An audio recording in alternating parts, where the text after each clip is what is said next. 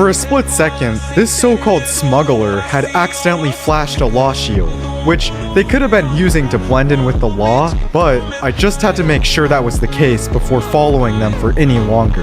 What's the name of the guy who owns the Nautilus shop at the start of Kings River?